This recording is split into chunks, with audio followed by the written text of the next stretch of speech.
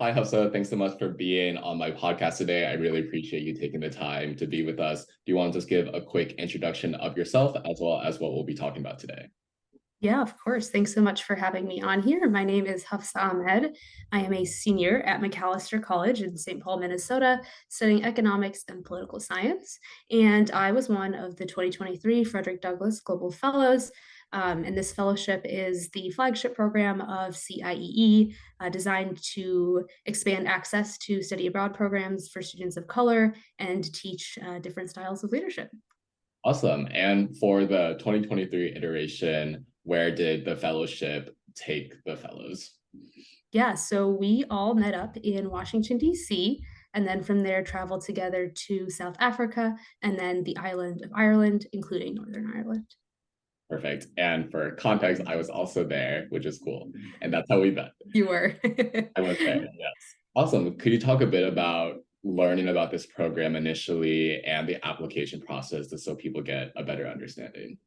Sure. So I had first heard about this program through my school. They were actively promoting the fellowship on our campus through, your daily newsletters, but also through their study abroad office. And as someone who is passionate about social justice and also had not previously had the opportunity to study abroad, it caught my attention. And so when I decided to apply, I was really excited to see that the process included being able to submit a video application. For me, that felt like something that was a strength of mine and something that I could really show who I was. So that further incentivized me to apply. And so I can get a bit more into the process of how I applied and how that looked like for me, and happy to get into more details later if you'd like.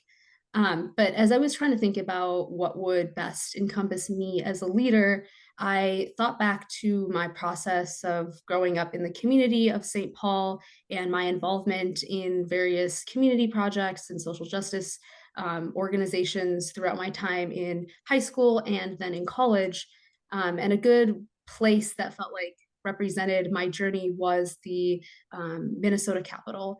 And that had been a place where I had participated in a couple of different programs in high school. It had been the place where I felt like I had found my voice in politics. And so I decided that that would be a really great place to film my video. Also knowing it would be somewhere that's very different than I think a lot of people might do for their own videos. And so I think what was really cool about that too was having built up connections in that sphere during high school. I was able to reach out to a couple of people at the Capitol and get my video filmed inside the House chamber in the legislature. And that was a place that wasn't typically open to the public, but I was able to find a way to get in and film my video in there. And so that felt like a place that was really grounding for me and also really representative of who I am. And going through that process of filming the video, I think it was really helpful for me to tie in a lot of my different experiences throughout high school and college that showed both my leadership skills, but also showed my journey. So that was kind of my experience with applying for the program. And again, that video component felt like it really spoke to me. Yeah, no, that's awesome. And I think it's super cool that you were able to film there. And obviously, that made an impact in terms of being selected for the program. So now I'm curious a bit more about like once you heard the news, once you were accepted, first of all, like what was your reaction? And then I know that you had a little bit of a interesting situation in terms of deciding whether or not to accept it. So if you could talk a bit more about how you figured out this past summer, that'd be awesome too.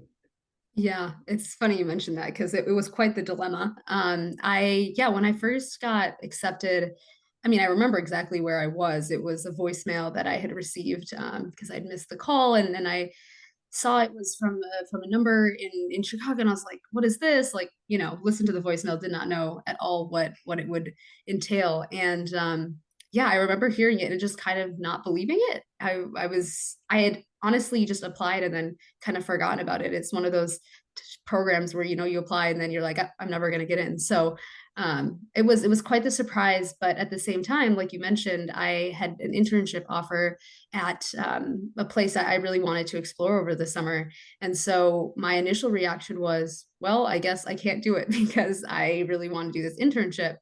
But as it sunk in a bit more, and as I realized, I think the magnitude of the program and how cool and unique the experience was, and how much of a once in a lifetime experience it was, I started to more actively weigh the fellowship with my internship. And you'll know this as well, but just being a senior and kind of thinking about jobs after college and realizing, it's our last summer before we graduate, putting those internship experiences above something like this fellowship would make more sense, I think, technically, at least in my mind.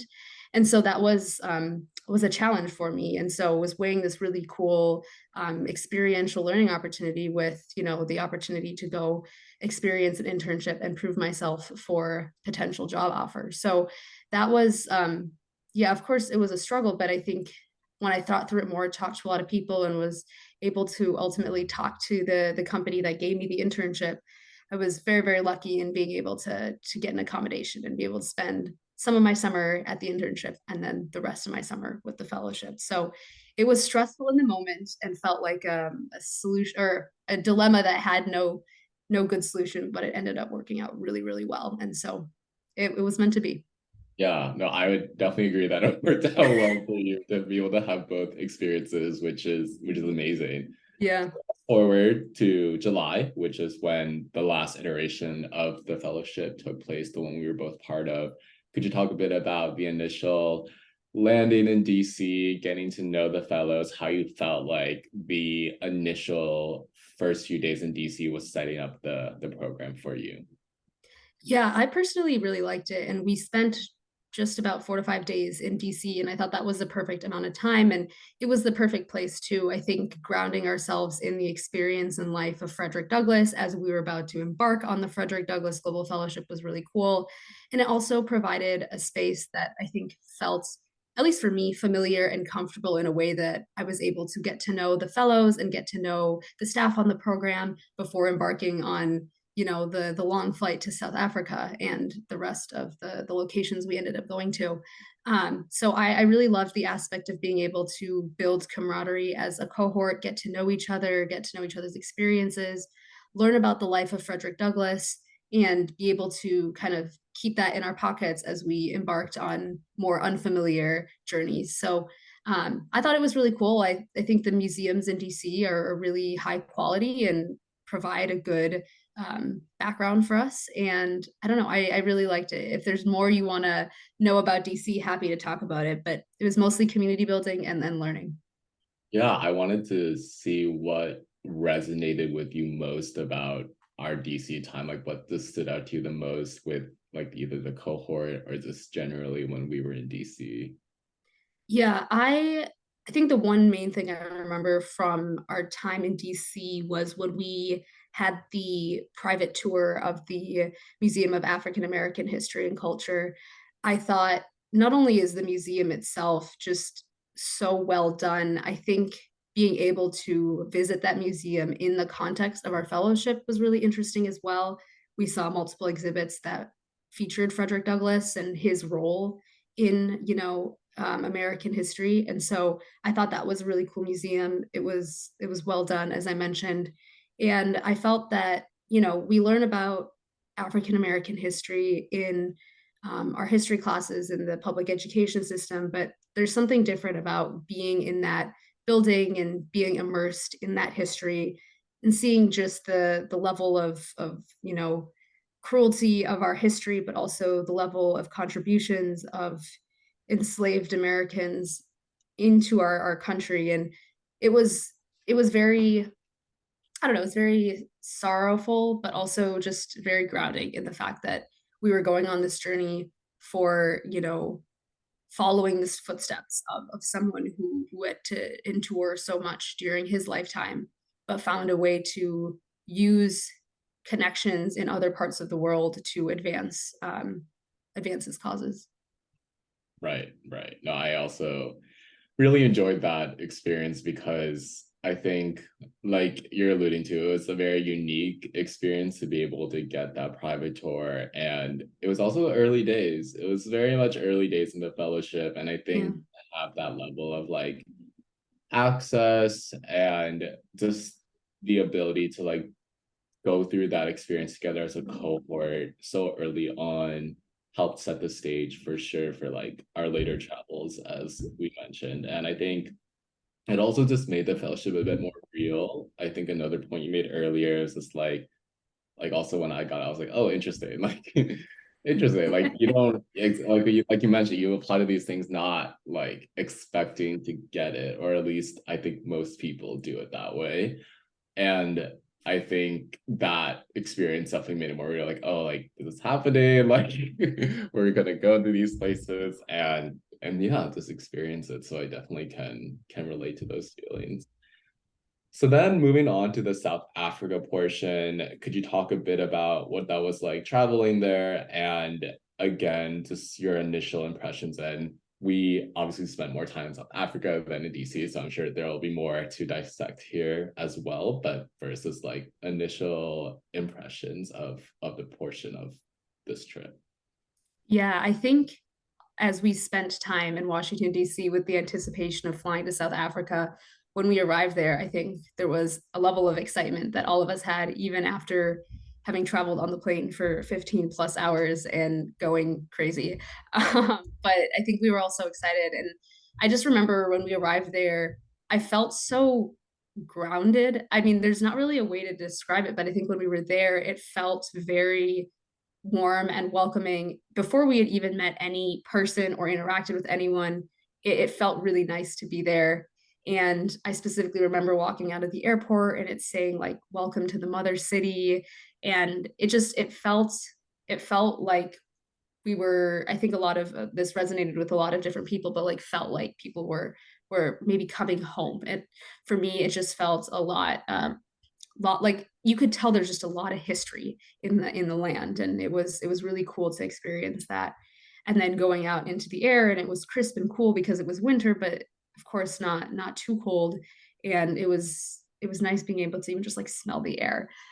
But overall impressions of South Africa and our time there, of course I would have loved to spend more time there. I think everything happened so quickly, but being able to meet different people in Cape Town, I think was one of my favorite portions and experiences. I think the people there were so kind and so welcoming and so non-judgmental, I think, of who we were, welcoming us with open arms into their homes and into their culture and into their community. I thought it was so cool to be able to experience all of the culture, even in our short amount of time there. I think for me, something that particularly stood out was because Cape Town was a community that had a lot of Muslim people in it, there were a lot more accommodations for my religious needs there that I don't get even here in the United States. So it just felt a lot more comfortable and welcoming to be somewhere where I could eat the meat there because it's halal, or have, prayer spaces more accommodated for me. I thought that was really another part of what made it so welcoming. And then beyond that, the landscape and the nature is breathtaking in South Africa. I think the mountains and the oceans right next to each other, it's beautiful. And yeah, just reminded me, I think, of the beauty of our world, and what the world has to offer when we leave our little bubbles. Yeah, no, I think that last point of like the landscape, it's just insane and also impossible to capture like on camera. I know that all of us were like taking pictures and videos on that first full day in South Africa when we traveled to like the most southwestern point of the continent and pretty much like the world at that point. But I think like it's a really you had to be there moment. It's like there's Exactly. no way to capture like that area we stopped at for lunch that like overlooked like a part of the water, and then seeing like the penguins later and going up to like the lighthouse. Like those are things that it's very much like pinch me moments. And I think it's Yes. only in terms of like this had happened months ago at this point, and I'm still like processing, I feel like what No, that exactly. was. And I think that's very special. On the flip side, I was curious what aspects of like the South African portion you felt like could have been done better, or areas you felt like could use improvement looking back. It's a good question. I think there's only so much you can do in such little time, so it becomes difficult. I think I would have maybe appreciated, I think, as far as from a program standpoint, maybe getting a bit more context on South Africa before jumping more into some of the programming. I think a lot of the things we did towards the end of the our time in South Africa may have been better positioned earlier on. I'm thinking specifically of something like the District 6 Museum that talked about the forced removal of Black South Africans from their land in District 6 to make space for the white settlers. And I think in general that context would have helped shape some of our other experiences. I think in that sense, that's something that can just be improved upon. I think another thing that comes to mind is maybe having gotten a bit more of perspective from white South Africans as well. I think, again, with limited time, it's difficult, but I'm someone who appreciates within any history or conflict hearing all perspectives and hearing multiple perspectives. And I think um, it would be nice to be able to get perspectives from some of the groups that were left out from the conversations that we had and um, get the most holistic uh, representation of the situation as possible. But overall, I think there was a really good balance between understanding the history, getting exposed to the culture, but also really being able to experience Cape Town, South Africa for what it is today. And I thought that the program did a good job of balancing those three. Right, right. So keeping those aspects in mind, let's revisit the end of the South African portion. We're getting ready to go to Ireland. You might have had those thoughts in mind already when we were leaving South Africa. How did that prepare you for the trip to Ireland? Like, how was your mindset shifted between traveling from DC to South Africa and having like certain expectations for what to get out of it versus like a week and a half later traveling from South Africa to Ireland? Like, what was your mindset going into the final portion of the trip? Yeah, I mean, I think that excitement that there was at the beginning of the trip going from DC to South Africa had settled by the time we had finished that South Africa portion and we're headed to Ireland. And so I think a lot of it was more just being or feeling settled in the program and feeling like we were kind of moving along at a steady pace. And so I think a lot of my mindset going to Ireland was, all right, I'm taking what we've learned here in South Africa, and now I'm really curious to see how that compares to somewhere like Ireland that's on the other side of the globe that has a completely different experience, but based on the composition of this fellowship, we know there's a lot of parallels.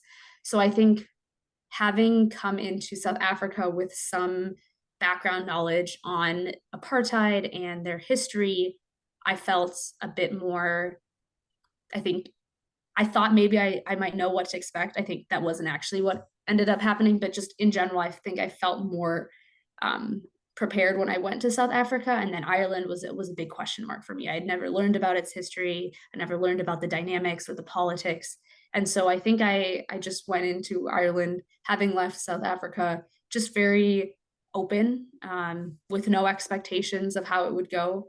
I think it's fair to say that I think a lot of us on the fellowship, myself included, were more um, intrigued by the idea of going to South Africa, but I wanted to make sure I gave Ireland a fair shot and really appreciated it for what it also had to offer for us on this fellowship. So, really, I think it just came down to keeping an open mind about what Ireland could offer us and how we might be able to start that comparative aspect when we had experienced all three locations of the fellowship.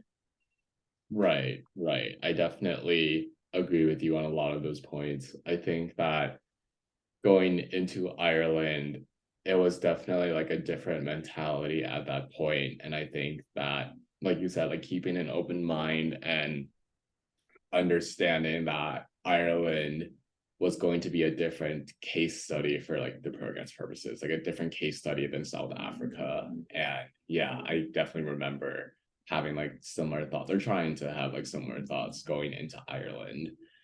And once we were there, for context, like in South Africa, we were mostly just in Cape Town, minus a little reserve trip, which was very fun. Some of us were suffering more than others, but that can be a separate story. But in Ireland, we traveled more. So we hit Dublin, we hit more of the rural sides of Ballina, we hit Belfast, Derry, and then back to Dublin. So context aside, again, similar to how we talked about South Africa initially, what were your overall impressions of like this last leg of the portion? How did it match up to what you were expecting? I thought the Irish portion of our trip was surprisingly, I think, one of my highlights of the trip.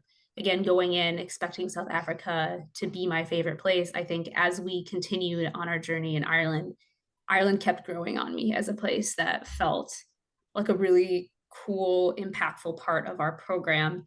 I think, as you mentioned, being able to visit multiple areas on the island helped provide more context on the political conflict, on the historical conflict that existed in Ireland. And so I think overall, similar to South Africa, I was stunned by the beauty of the land. I think especially on the western side of the country, there was the mountains and the lakes and the rivers that were really, really pretty and very serene and very green. They have a lot of rain, so no surprise that there's a lot of greenery as well. But I think also having the chance to be in Dublin and the Republic of Ireland and then going up into Belfast and Northern Ireland, there was just a different feel in the air. I think you could tell that a lot of the tensions were still alive and were still, existent in the current day, which I think for myself, being a political science student and being someone who's really interested in political science, just seeing those political dynamics and experiencing them as an outsider was really fascinating. And I think being able to see that there was a lot of this conflict happening really, I don't know, flip the idea of injustice on its head for me. I think in the US, we see a lot of injustice from the lens of racial lines and how, if you look one way or the other way, like that's how we draw lines on, what side you're on per se. But I think here, when we're in a country where centuries of conflict are based upon people who, from my eyes, look the same, I think it really shifted the way I think about how oppression works and how people will use their power to oppress and find whatever identity it must be to oppress, regardless of whether someone looks the same as someone else or not. And I thought that was important context for me, but also an important part of, again, that comparative experience of South Africa versus Ireland versus the United States. Exactly. And that kind of leads to my next question of what is the through line between DC, South Africa, and Ireland, specifically from a student who, as you mentioned, is going into her senior year, like was thinking about maybe sacrificing this experience to have an internship offer to put herself in a good position for a job placement. Like, what is the through line and like the benefits overall after the program for you, because you were in a position that wasn't the same for everyone. Like there were not just rising seniors in the cohort, there were rising sophomores, there was a rising junior. And I think that would also be just important to hear, like what did you take away then? Yeah, I think when we, or at least when I typically think about takeaways from an experience, it's almost, thinking about what are like those tangible hard skills that you can take out of an experience. And I think my experience on this fellowship went a bit deeper than that. I think it was a bit more of a restructuring of the way I think and expanding my perspective as someone who's been really active in my local community for a long time and has existed only within the bubble of the Twin Cities of Minnesota. I've gotten to know my community, its needs, its issues very deeply and very well. But on the flip side of that, I wasn't as aware of some of the issues that were facing other communities in the United States and around the globe. And so I think to be taken out of the Twin Cities and now thrown into two completely, different countries, but then still seeing that so many of the struggles that those two communities in Ireland and South Africa faced were so similar to the struggles of the United States and also my hometown in the Twin Cities, I think was really eye-opening. It really just taught me that we're all struggling against the same forces. I think it reinvigorated me in my work too, as someone who does community organizing, as someone who strives to make my community better. It can be really exhausting work, it can be really tiring work, and almost feels sometimes fruitless. And so I think to just see that this type of work to achieve justice is happening in all corners of the globe was really cool. I think in another aspect, it was really interesting for me to see the role of religion in social justice work and also in conflict. I think that's something that has mostly kept itself out of the social justice circles that I'm in. And I thought it was really cool to see the role of religion, both on a positive and a negative end, in South Africa and Ireland, and how people used religion as a means to overcome oppression. And I thought that was interesting, given that I'm someone who is very, holds my religious identity really close and has not tapped into that side actively when I organize or when I try to do work in my community. I thought it was a cool inspiration for me to maybe start doing that. And so I've even had conversations with people at my school already about what does that look like to integrate religion into social justice work, especially coming from a school that is quite secular and does not talk about religion very often. I thought it was a cool perspective to the conversation. So those two examples, I think, really show that what I learned from the program wasn't necessarily something, I can say tangibly, but I think it's really just a perspective shift and something that I hold really close to me because um, I came out, I think, with a different mindset than I went in with, and that's really valuable. Right. No, I definitely can understand where you're coming from on that. Last question, and I think this might be a bit more logistical, if that makes sense. But Sure, there's a phrase that I keep hearing from my peers of protecting their peace. Like, let me just protect my peace, or I'm doing X to sure. protect my peace. And I think traveling, period, is very vulnerable and can expose you to a lot, but especially when you're traveling with the same people for a long time, there's nowhere to hide. Everyone understands everyone's living conditions, everyone's Right. adjusted, everyone's living habits. So, like I mentioned, a bit more like technical, if you will, but what were like the biggest health lessons you learned on the trip? Because traveling is strenuous and everyone went through something at some point. So if you could talk a bit more about how you learned to take better care of yourself on the trip, I think that'd be a good way to end.